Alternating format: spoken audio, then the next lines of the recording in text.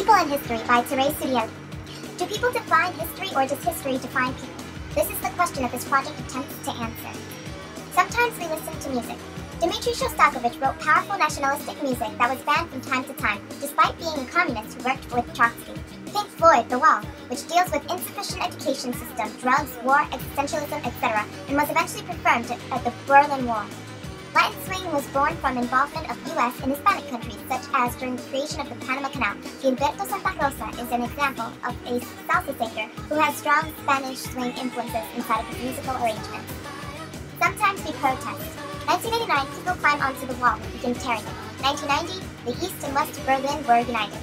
Peaceful student protests in Budapest led to the 1956 Hungarian Revolution. Prague Spring ends when John Polak sets himself on fire in 1969, triggering major protests against occupation by the Soviet Union.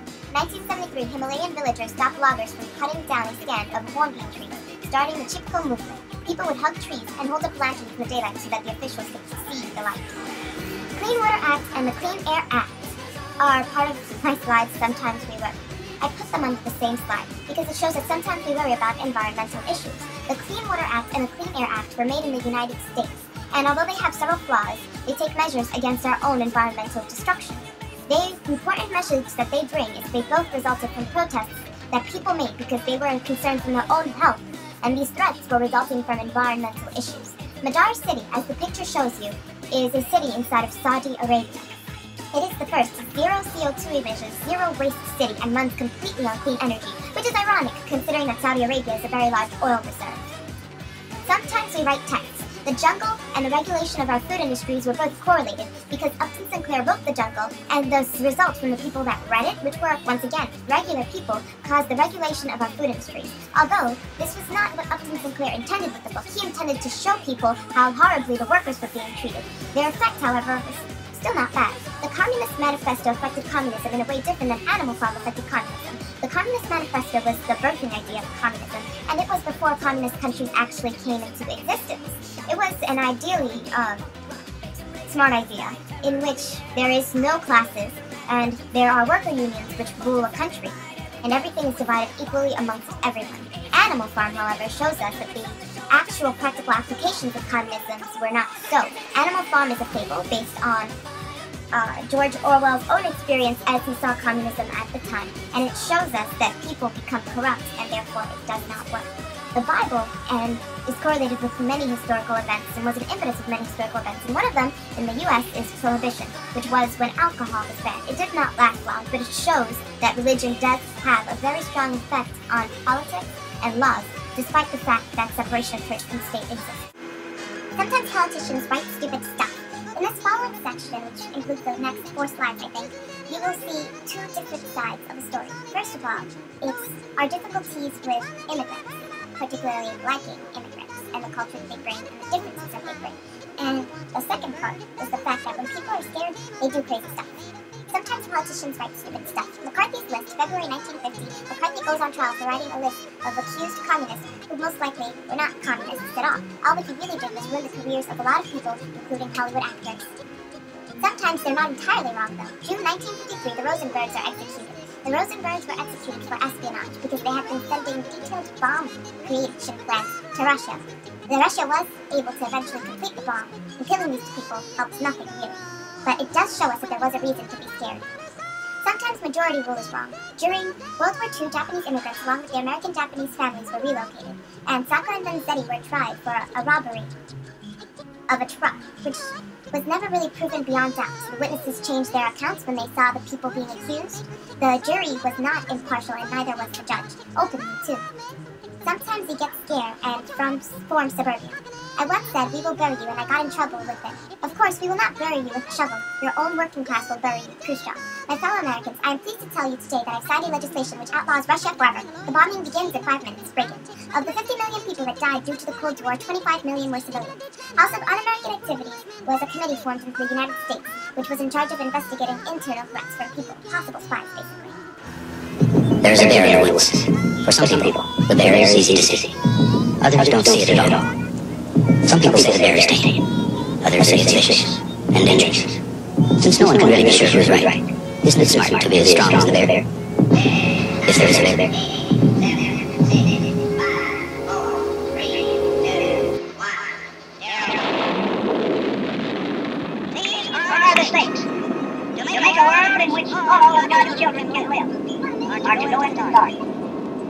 must either love each other, or we must die. Vote for President Johnson on November 3rd. The stakes are too high for you to stay home.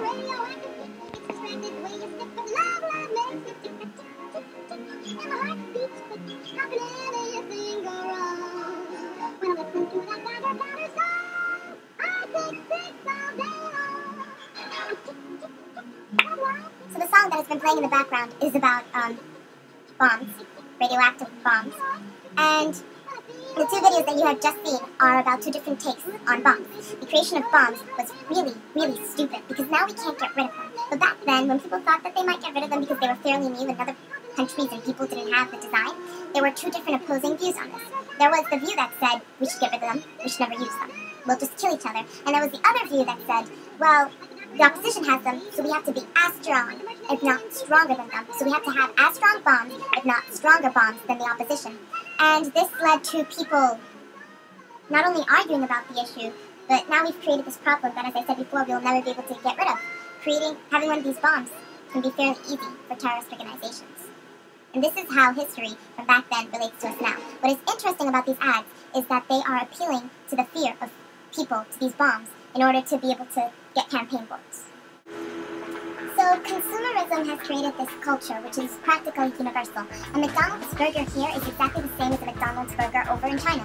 And what is interesting about this is that the McDonald's burger can basically be considered the epitome of all civilization today. The technology that it takes to create one, the advertising, the company itself, the capitalism, everything in history has been leading up to the McDonald's burger in a way. And what it teaches us is consumerism, which despite your demographic, despite where you live, you consume. And it has also taught us globalization, which are two things that we explore in the next couple of slides. It's practically standing still now. They've dropped ropes out of the nose of the ship, and it's been taken a hold of down on the field by a number of men. The back motors of the ship are just holding it just enough to keep it. Wait, you just got it. It's right terrible. Oh my, get out of the way, please. It's burning in the flames, and it's falling on the morning bed. All the folks are afraid that this is terrible. This is the worst catastrophe in the world. Technology today.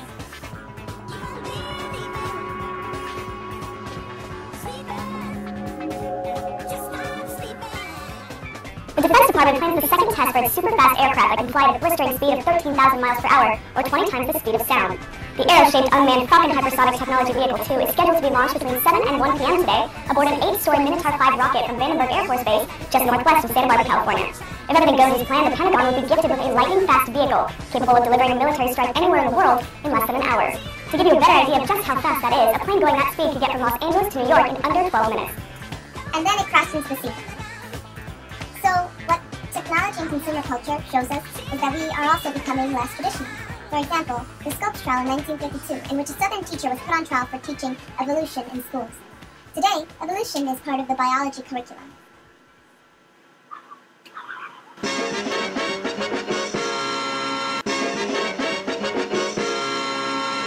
Yes, sir, here he is, the new singing sensation all over the country. Elvis Presley!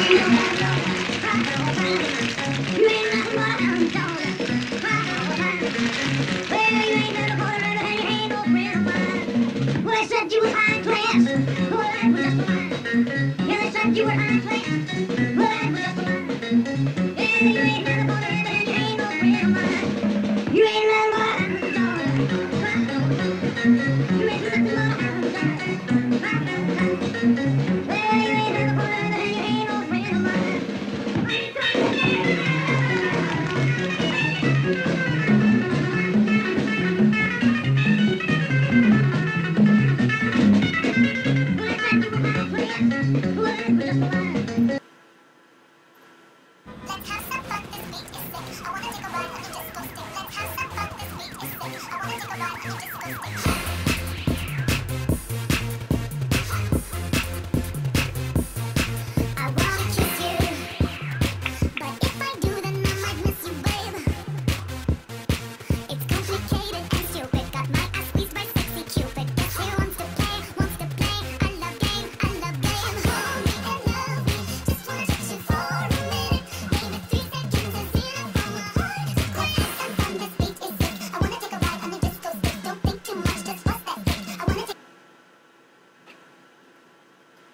Another effect of globalization is extremes.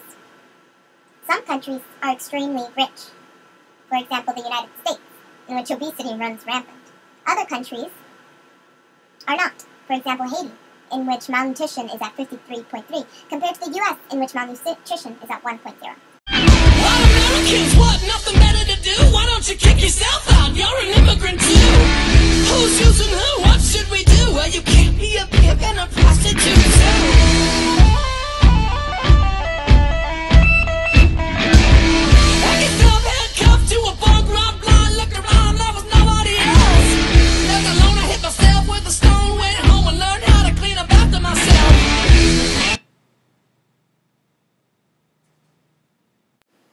So, do people define history, or does history define people? Both. Disillusioned words like bullets bark as human gods aim for their mark. Make everything from toy guns that spark to flesh-colored Christs that glow in the dark. It's easy to see without looking too far that not much is really sacred.